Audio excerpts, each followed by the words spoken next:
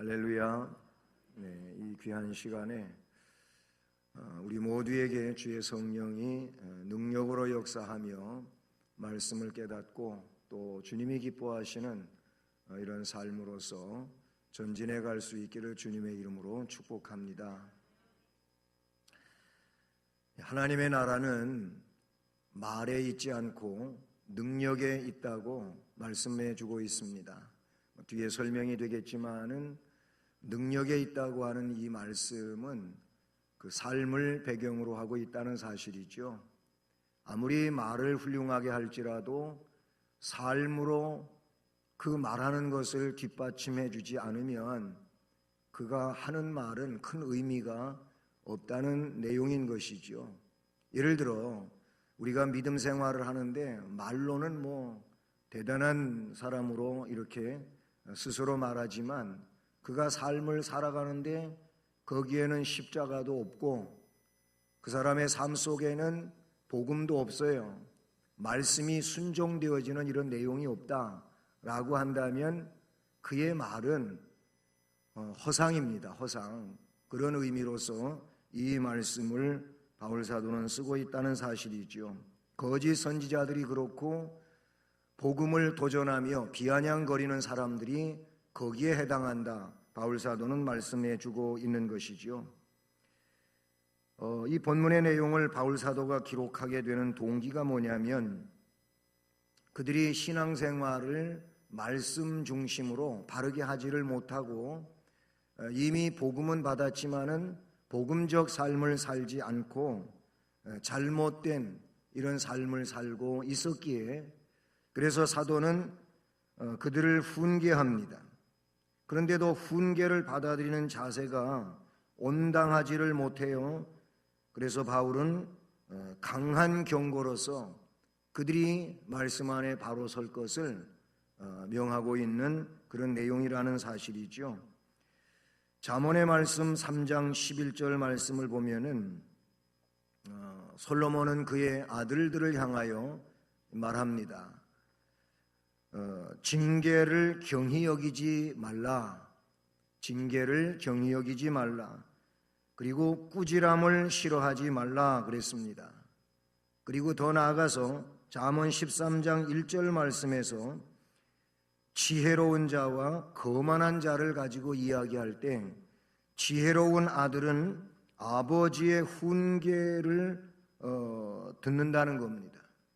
그런데 거만한 자는 꾸지람을 즐겨 듣지 아니하느니라 라고 말씀에 기록하고 있습니다.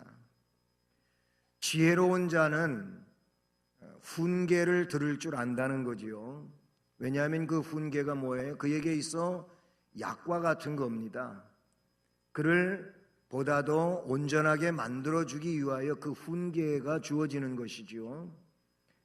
그래서 지혜로운 사람은 그 훈계를 들을 줄 아는데 그런데 어리석은 사람은 꾸지람을 즐겨 들으려 하지를 않는다는 겁니다. 즐겨 듣지 않는다고 하는 꾸지람을 싫어한다는 이런 이야기가 되겠지요. 신앙인들에게 있어서도 자기가 늘 바르게 살 수는 없습니다. 행위에 있어서도 그러하고 언변에 있어서도 그러하고 자기가 바르지 못할 때가 없지 않아 있지 않습니까? 그러면 그것이 덕이 되지 못하고 유익이 되지 않을 때에는 역시 주변에서 그를 깨닫게 하기 위하여 훈계가 주어지게 됩니다. 이럴 때 그거를 받아들이면 그에게 약이 되지만 그러나 그 듣지 않고 오히려 그 부분을 거절하고 또 아니면 그렇게 자기를 향하여 훈계하는 자를 오히려 안 좋게 생각한다면 그 자체가 뭡니까? 교만입니다. 그리고 말씀에 지적되는 대로 어리석음이라고 그렇게 볼 수가 있는 것이죠. 고린도 교회와 성도들은 복음을 받아들이기는 했지만 교만하고 거짓된 무리들의 이런 충동질에 의해 가지고 그들은 삶이 바르게 가지를 못하고 있다는 사실이죠. 그래서 사도 바울은 그런 상황에 처한 고린도 교인들을 안타깝게 생각하면서 이제 디모데, 믿음의 아들 디모데, 이 지도자를 고린도 교회에 먼저 보내고 가서 이러이런 부분에 대하여 말씀을 바르게 가르쳐라. 그래서 저들이 잘못되지 않도록 똑바로 세우라고 디모데를 파송하는가 하면, 또 한편으로는 본문과 같이 강한 어조의 권면의 말씀을 기록해서 그들을 말씀으로서 바로 세우고자 했던 것입니다. 오늘 이 말씀의 첫 번째 내용은 스스로 교만한 자에 대한 지적이 나옵니다. 그래서 바울 사도는 스스로 교만한 자가 되지 말라고 그렇게 말씀하고 있습니다.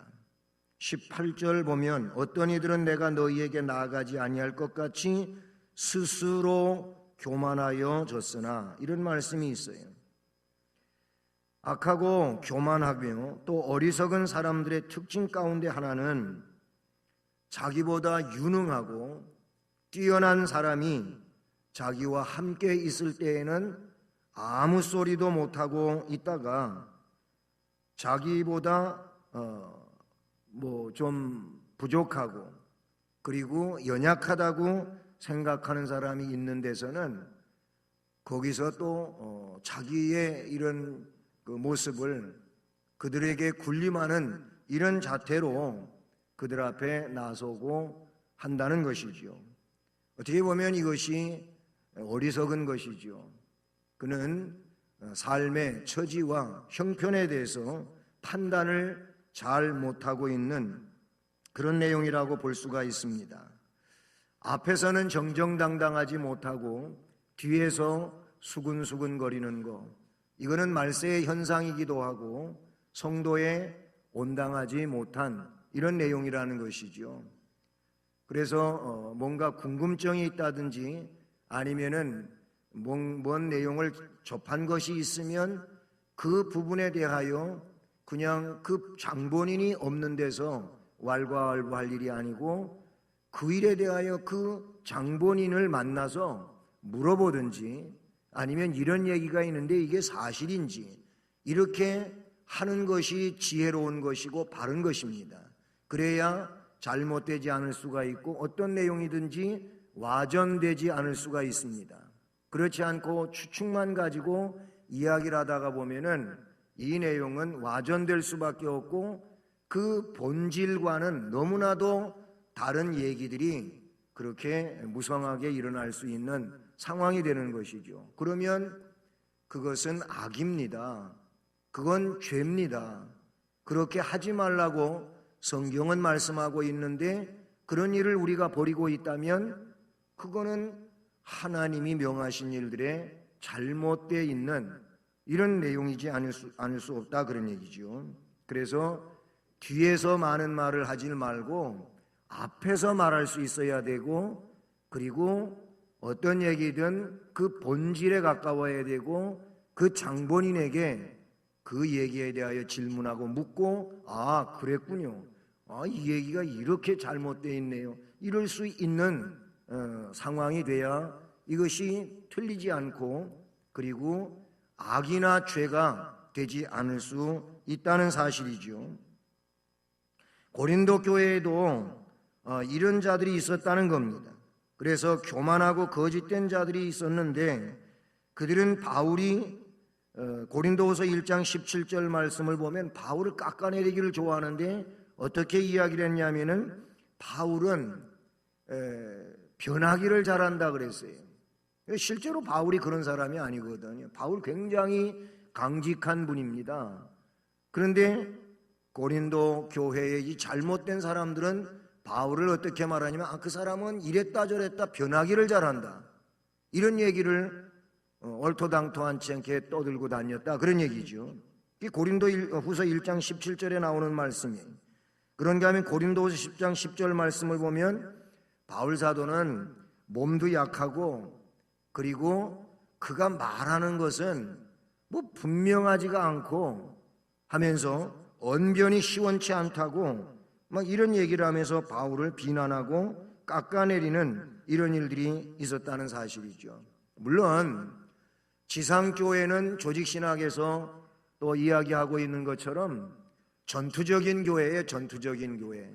이 말의 의미는 뭐냐면 지상교회, 교회는 우리들이지 않습니까? 이 건물로서의 내용이 아니고 그 건물 안에서 예배자로 모여있는 성도들의 모임이 교회란 말입니다. 원어의 참된 의미가 그건데, 근데 이 교회는, 즉 우리들 안에는 완벽하지를 다 못합니다. 너나 할 것 없이 불완전하지요. 완벽한 자라고 하는 그 말 자체가 교만이고 잘못된 겁니다. 어쨌든 지상교회는 불완전한 자들로 모여 있어요. 그래서 이 불완전한 자들이 서로 잘못된 공격을 하고 싸우게 되어 있다, 그런 얘기예요. 그리고 사탄은 이런 걸 이용하고 그래서 교회를 와해시키려고 부채질하고, 이게 사탄의 역사라, 그런 얘기지요. 이런 의미에서 지상교회는 늘 영적 싸움을 싸워야 되는 전투적인 교회라는 사실이죠.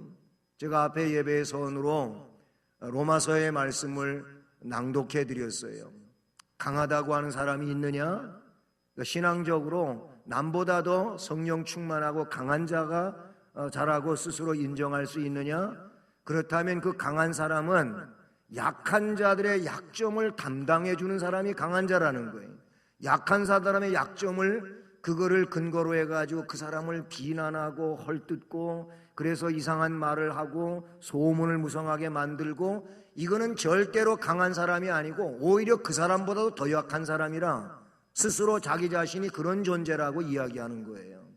그러니까 성경 말씀 그대로 강하다고 하는 사람이냐? 그렇다면 약한 사람의 약점을 네가 보완해 줘라, 그렇게 로마서에서 바울 사도는 말씀해 주고 있어요. 그리고 동시에 자기 자신도 연약한 구석이 있으니까 그런 면을 보면서 자기를 어떻게 하라고요?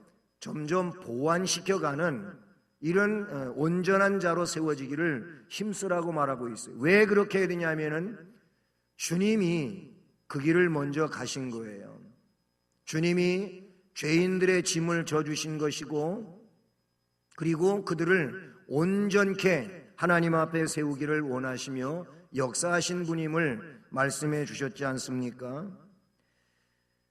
이렇게 할 것을 말씀해 주고 있다는 사실이죠. 베드로후서 3장 3절 말씀을 보면 베드로 사도는 이런 말씀을 합니다. 말세에는 조롱한 자들이 와가지고 자기의 정욕을 따라 행하며 조롱하며, 이런 말씀이 기록되어지고 있어요. 그러니까 말세에 일어나고 있는 그 현상들은 뭐냐면은 조롱하는 자들이 온다는 거예요. 조롱하는 자들이 와가지고는 자기의 정욕을 따라서, 여기는 전혀 말씀이 없는 거예요. 주님의 거룩한 역사가 없는 거예요. 그래서 자기의 정욕을 따라서 행한다 그랬어요. 자기 욕망적으로, 자기 욕심적으로 그렇게 살면서 조롱하는 일을 많이 한다는 거예요. 그러니까 이 조롱이라고 하는 내용은 결국 사람들을 비아냥거리고 깎아내리는 이런 일을 하는 것이죠. 그 베드로후서 3장 3절 4절 말씀에 보면은 그 베드로 사도가 그 시대의 상황에 대하여 기록할 때 재림을 불신하면서 벌써 이렇게 1000년이 지나가고 하는 이런 상황에서도 어떻게 옛날이나 지금이나 재림의 징조에 대한 아무런 조짐이 없다는 거예요. 그러니까 그거는 괜한 말이라는 것이죠. 그렇게 재림을 불신하면서 재림에 대하여 비아냥거리는 이런 사람들이 있었다는 거예요. 결국 예수 그리스도의 재림에 관한 것까지도 막 조롱의 내용으로 삼고 비아냥거리는 이런 일들에 대하여 말씀하고 있는 것을 우리는 찾아볼 수가 있습니다. 이스라엘이 애굽에서 나와가지고 광야 생활을 이제 하게 되었습니다. 하나님께서 지도자 모세를 시내산으로 부르십니다. 그래서 시내산 위에 올라가서 40일 동안 거기 머물게 되지 않습니까? 그러면서 계명도 받고 성막 제도에 대하여서도 받아가지고 내려오게 되는데, 근데 이 40일이 거의 차갈 무렵 저 산 아래에서 이상한 짓이 벌어지게 됩니다. 지도자 모세가 산에 올라가서 이렇게 오랜 날 동안 내려오지 않으니까 틀림없이 죽은 거다, 없어진 거다는 거예요. 그러니까 백성들이 누구를? 아론에게 막 졸라댑니다. 새로운 지도자가 있어야 된다. 뭐 사람 지도자로서 그렇게 생각하고, 아론 당신이 지도자가 되셔, 차라리 그랬으면은 낫을지도 몰라요. 그런데 애굽에서의 이런 신 숭배 사상에 근거해 가지고 신을 만들자는 거예요, 신을. 그래서 금송아지 우상이 만들어지지 않았습니까? 그것 때문에 하나님이 진노하시게 되고 모세가 중보기도함으로 다시 저들이 구원을 받게 되는 역사가 있습니다마는, 그때에 뭐 그런 사건뿐만 아니라 다음에 등장하는 일이 뭐냐면, 모세 지도자를, 아론 지도자, 제사장을 이들은 불평하고 원망하면서 당신들도 우리하고 똑같이 레위 계통의 사람들이고 또 우리도 당신들 못지않은 지도력이 있는데 당신들만 지도자라고 하며 앞에 서 있을 이유가 뭐냐 하면서 지도자에 대한 이런 반역을 꾀하는 일들이 일어나게 됩니다. 이 고라의 유혹을 받은 사건이 어쩌면은 그 좋은 예가 될 수도 있다는 거예요. 어느 시대에든지 이렇게 스스로 교만한 자들은 일어나 가지고 앞에 서 가지고 우쭐거리면서 그런다는 사실이죠. 사랑하는 성도 여러분, 이 말씀에서 오늘 우리에게 먼저 교훈하고 있는 것은 그러므로 스스로 교만한 자가 되지 말라는 거예요. 지난 앞부분의 말씀들에서도 말씀을 드렸지만은 우리는 하나님이 은혜 주시는 겸손한 자로서의 삶을 살아야 할 줄로 믿습니다. 하나님은 겸손한 자에게 은혜를 주시지만 교만한 자, 거만한 자, 오만한 자를 하나님은 싫어하시고 물리치신다고 하는 말씀을 기억해야 될 줄로 믿습니다. 그러므로 우리는 교만하고 악한 자들의 미혹으로부터 완전해질 수 있기를 위해 말씀이 중심이 되고 말씀을 따라 그 말씀 앞에 엎드릴 줄 알고 순종하는 이런 심령이 되어야 할 줄로 믿습니다. 그러기 위하여 두 번째로 지적이 되는 내용이 뭐냐면 영적 훈계를 잘 들으라는 겁니다. 영적인 훈계를 잘 들어야 결국은 그 말씀이 그 안에서 역사되어지는 이런 삶을 살아가게 된다는 사실이죠. 21절 말씀을 보면 너희가 무엇을 원하느냐? 내가 매를 가지고 너희에게 나아가랴? 사랑과 온유한 마음으로 나아가랴? 이런 말씀이 마지막 절에 기록이 되고 있다는 사실이죠. 이 구절이 실제적으로 의미하는 내용이 뭘까요? 이것은 이렇게 읽어볼 수 있습니다. 내가 너희들을 방문하여 엄하게 징계하고 책망하기 전에 너희들의 잘못을 시정하라 라는 그런 말씀이라고 볼 수가 있습니다. 그러니까 이 말씀을 듣고 이 보내어진 말씀을 읽고 또는 디모데를 통하여 듣는 말씀에 근거해서 책망을 받기 전에 너희들의 잘못을 시정하라고 하는 말씀인 것입니다. 자녀가 잘 못했을 경우 자녀를 사랑하는 아버지는 혹은 어머니는 그 자녀를 향하여 질책을 아니할 수가 없는 것이죠. 왜 그렇습니까? 그 자녀가 올바르지 않기 때문에 그런 것이죠. 그 올바르지 아니함을 알면서도 그냥 묵인하고 내버려 두게 되면 이 아이는 점점 그것이 옳은 줄로 알고 살아가면서 그 잘못이 점점 커지는 것이죠. 그래서 진작에 이거를 바로잡아 주지 않으면 마치 나무와도 같아가지고 더 나무가 자란 다음에 그거를 바로 잡으려면 거기에는 더 많은 힘이 들어야 되고 잘 되지도 않고 잘못하가는 부러질 수도 있는 이런 상황이 된다는 것이죠.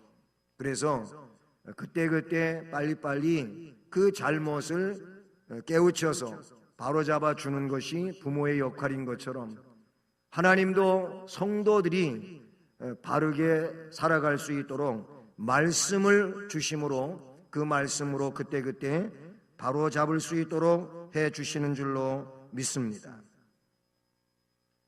이처럼 영적 훈계는 어디까지나 그 목적이 영적 성장에 있는 것이지요. 즉 영적으로 바르게 되어지게 하는데 영적인 훈계가 주어지는 것이지 그를 사랑하지 아니해서도 아니고 그가 또한 잘못되지 않기 위해서 하는 것이기에 사랑에 근거한다고 볼 수가 있는 것이죠. 그러므로 영적 훈계를 잘 듣는 것이 자신에게 복이 될 것이고 은혜가 되는 이런 내용인 줄로 믿습니다. 그리고 훈계를 잘 듣고 중요한 것은 뭐냐면 삶을 살아가야 될 줄로 믿습니다. 그래서 오늘 말씀은 말로만 하지 말고 삶으로 보이라고 말씀해 주시는 줄로 믿습니다. 19절 20절 보면 주께서 허락하시면 내가 너희에게 속히 나아가서 교만한 자들의 말이 아니라 오직 그 능력을 알아보겠으니 하나님의 나라는 말에 있지 아니하고 오직 능력에 있음이라. 할렐루야. 성령의 역사로 말미암아 사람들의 마음과 생활의 변화를 초래하는 것이 다른 것이 아닙니다. 복음의 능력인 줄로 믿습니다. 복음이 10년 가운데 제대로 임재하고 그 10년 가운데 영접되어지고 그 10년 가운데 역사되어지면 그의 삶은 바뀌지 않을 수가 없습니다. 달라질 수밖에 없습니다. 거룩한 변화를 일으키는 그런 내용이 된다는 말씀인 것이죠. 바울 사도는 본문에서 고린도 교회 거짓된 교사들이 그러한 능력을 지녔는지 알아보겠다고 하는 그런 말씀인 것이죠. 이 말은 실상 바울 사도 자신의 사역과 능력이 하나님의 진리 안에서 행해지고 나타남을 반영하고 있다는 내용인 것으로 볼 수가 있습니다. 삶의 능력이란 사람들의 마음에 신령한 영향력을 미치게 하는 힘이 있는 줄로 믿습니다. 영성이 있어야 되는데 영성이 있으면 절대로 그 영성을 가지고 조롱을 한다든지 비판을 한다든지 그러지 않습니다. 영성이 없는 사람들이 비판하고 조롱하고 그런다는 사실입니다. 이거는 영적 질서에서 분명하게 우리에게 가르쳐주는 내용인 것을 우리는 깨달아야 할 줄로 믿습니다. 고린도서 뒤로 쭉 나가면서 보게 되면 성령의 은사와 그 역사에 대하여 이야기할 때 한 성령이 다양한 은사를 주시고 한 성령이 이렇게 다양한 은사를 주시는 이유는 뭐냐면 교회를 유익하게 하려고 하는데 그 목적이 있다고 했어요.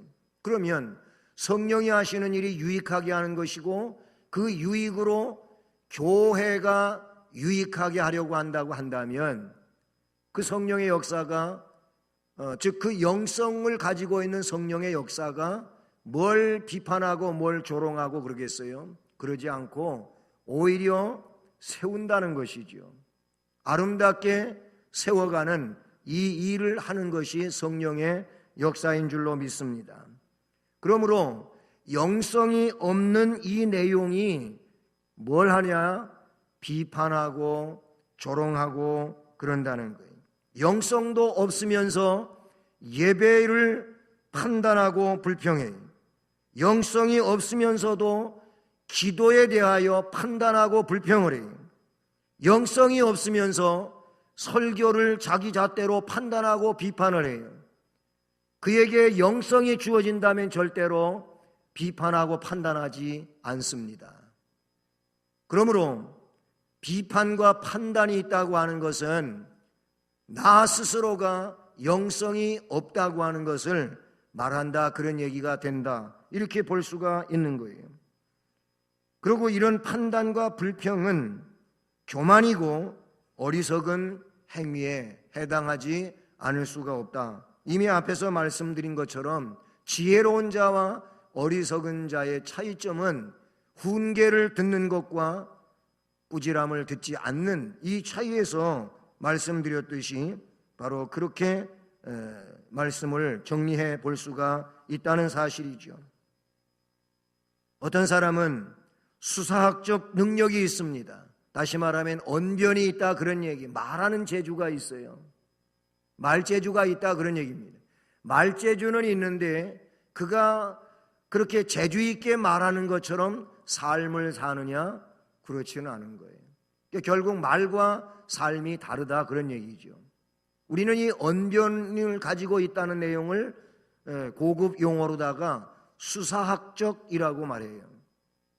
뭐 수학을 잘해서 그런 의미가 아니고 말을 잘하는 이 언변을 구사할 줄 아는 사람을 수사학적 능력을 가졌다, 이렇게 말하게 되는데, 그렇잖아요. 여러분이 세상을 사시면서 경험을 또 해보셨겠지만은 굉장히 언변이 있는 분이 있어요.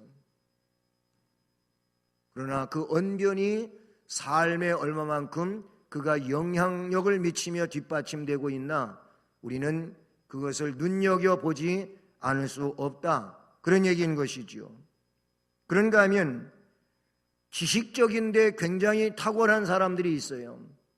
이미 앞에서 그 야고보서 말씀을 가지고 이야기했던 내용도 있습니다만은, 지식적 믿음, 이 믿음은 귀신도 가지고 있다고 말씀드리지 않았습니까? 그런 지식의 문제가 아니고 삶이 문제고 행실이 문제라는 것이지요. 그런가 하면 재치도 있어요. 재치. 이렇게 언변, 지식적, 임기응변, 즉 재치에서 비롯되는 그 말들, 그것이 영향력이 오래 갈 수 있느냐? 지속되지 못한다고 하는 것이죠. 왜냐하면 말은 그렇게 했는데 삶으로 그 삶을 이어가지 못하게 되면 당장 저 사람 말하는 거하고 사는 게 어마어마하게 다르네, 그렇게 평가되어질 수밖에 없다는 사실이죠. 성령의 힘을 받아 나타나는 말, 그것은 행동으로서만이 참된 영향력을 미치게 된다는 사실입니다. 그리고 그것이 하나님 나라의 확장을 위하여 정말로 꼭 필요한 내용이 되기도 한다는 사실이죠. 여러분, 직분이 권위를 세워주는 것이 아니고 그의 삶이 권위를 세워주는 것을 기억하실 수 있기를 바랍니다. 우리가 교회 생활하면서도 직분이 곧 그 사람은 아닌 겁니다. 중요한 건 뭐냐면 삶이 그 사람이지 직분이 그 사람이 아니라, 그런 얘기예요. 그것은 목사이든 아니면 전도사이든 아니면 장로님이든 권사님이든 집사님이든 마찬가지예요. 직분이 그 사람이 아니에요. 제 얘기하는 걸 여러분이 잘 이해하실 수 있기를 바랍니다. 삶이 그다, 그런 얘기죠. 직분이 인격이 아니에요. 삶이 그의 인격이라고 하는 내용인 겁니다. 그러므로 중대한 직분을 가지고 있으면서 인격이 거기에 따라주지 못하면 오히려 이게 더 큰 문제라, 그런 얘기가 된다는 거예요. 그래서 중요한 것은 삶입니다. 삶이 아름다우면, 그 인격이 아름다우면 그 직분이 굉장히 귀하게 여겨지고 아름답게 평가되어주는 줄로 믿습니다. 이를테면 저 권사님의 삶을 보니까 참 훌륭한 권사님이라고 이렇게 얘기되어진다, 그 얘기예요. 그렇지 않습니까? 근데 그렇지 아니하고 삶이 안 좋으면 저런 분이 어떻게 권사님이래, 이런 얘기가 당장 나온다는 얘기예요. 함부로 그 얘기도 하면 안 되겠지만 삶이 그를 대변하는 것이지 직분이라든지 그의 학위라든지 이런 것이 그를 대변하는 것은 아니란 말이에요. 세상은 그런 면이 있는지 모르지만은 절대로 성도와 교회는 그렇지 않다고 하는 거예요. 우리는 이 점을 알아야 될 줄로 믿습니다. 그렇습니다. 하나님의 나라는 말에 있는 게 아니에요. 이 말은 또 다른 말로 하면 하나님의 나라는 직분에 있는 게 아니라 그런 얘기예요. 하나님의 나라는 그의 능력에 있는데, 이 능력은 뭘 근거로 하냐면 삶을 근거로 한다, 그 얘기예요. 말씀을 순종하고 지키고 말씀을 따라가는 이 삶이 곧 그의 인격인 거예요. 그의 신앙 인격이라 그런 얘기죠. 왜 사도행전 10장에 나오는 고넬료를 왜 귀하게 여기는 겁니까? 그에게 그런 삶이 있었던 거예요. 그는 이방인이었어요. 로마 군대의 백부장, 이탈리아 군대의 백부장이었어요. 그 당시에 백부장이면은 굉장한 사회적 계급을 가지고 있는 그런 사람이에요. 그리고 백부장들이 그 지배민들, 즉 속국의 사람들을 그냥 그들은 함부로 밟고 군림하는 이런 짓을 흔하게 했어요. 그런데 이 백부장 고넬료는 다르잖아요. 마태복음에 나오는 자기의 그 신하에 대하여 병든 것을 안타깝게 여기고 예수님께 치료를 요청하던 그 백부장도 보면은 어쩌면 고넬료와 같은 맥락에 있는 인물인지 모르겠어요. 유대인들의 성전을 지어주기도 하고 그 회당을 지어주기도 하고 이러면서 말입니다, 장로들이 그를 존중하고 이분의 부탁을 들어주는 것은 꼭 해야 될 일입니다. 이렇게 말할 수 있다고 하는 것은 그의 인격의 훌륭함을 이야기하지 않겠습니까? 고넬료는 그는 기도하는 사람이었어요. 그리고 구제하는 사람이었어요. 그래서 그 기도가 하나님 앞에 상달이 되고 그 구제의 행위가 우리 주님이 인정하시는 이런 일들이 되어가서 그 가정에 하나님의 천사가 오게 되고, 그래서 사도 베드로를 초청해다 신방을 받고 예배를 드리라고 말씀을 받게 되고, 그래서 자기 신하에게 그리고 좋은 가운데서 훌륭한 사람을 뽑아가지고 저 요바로 베드로를 초청하러 심부름꾼으로 보내고, 동일하게 성령께서 베드로에게 나타나시고 역사하시는 이런 일들에 대한 말씀이 그 말씀 속에서 우리에게 주는 교훈이 뭡니까? 고넬료의 훌륭한 신앙 인격으로서 그와 그의 가정과 그의 초대된 모든 사람들이 성령 받고 하나님께 영광 돌리는 이런 역사에 대한 말씀들을 우리가 찾아볼 수 있다는 사실이죠. 할렐루야. 그렇습니다. 오늘 16절 말씀에서도 앞부분에 지난 시간 마지막 절을 읽는데 너희는 나를 본받는 자가 되라는 겁니다. 우리 성도는 그러므로 말씀을 따라가는 일이 중요한 줄로 믿습니다. 말로다 우리가 신앙생활을 할 일이 아니고 삶으로 신앙생활할 수 있기를 주님의 이름으로 축복합니다. 삶으로 예배생활, 그리고 예배생활을 살아야 된다, 그런 얘기. 찬송생활, 기도생활, 이런 신앙적 생활이 삶이어야 된단 말이에요. 왜 신앙을 신앙생활이라고 말했냐? 왜 믿음생활이라고 말했냐? 생활이 그 자체가 신앙이어야 된다는 이야기를 우리에게 말해주고 있는 줄로 믿습니다. 사랑하는 성도 여러분, 우리는 오늘 말씀의 내용 단락단락처럼 스스로 교만하지 말고 겸손한 자가 되기를 소원합니다.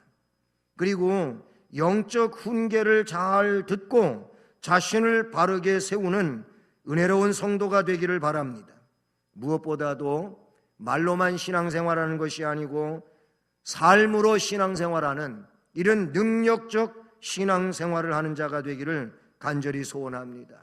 이것이 주님이 원하시는 것이고 또한 능력 있는 신앙의 삶인 것을 기억하고 이런 삶을 위하여 힘차게 말씀 안에 전진해가는 우리 모두가 되기를 주님의 이름으로 축복합니다.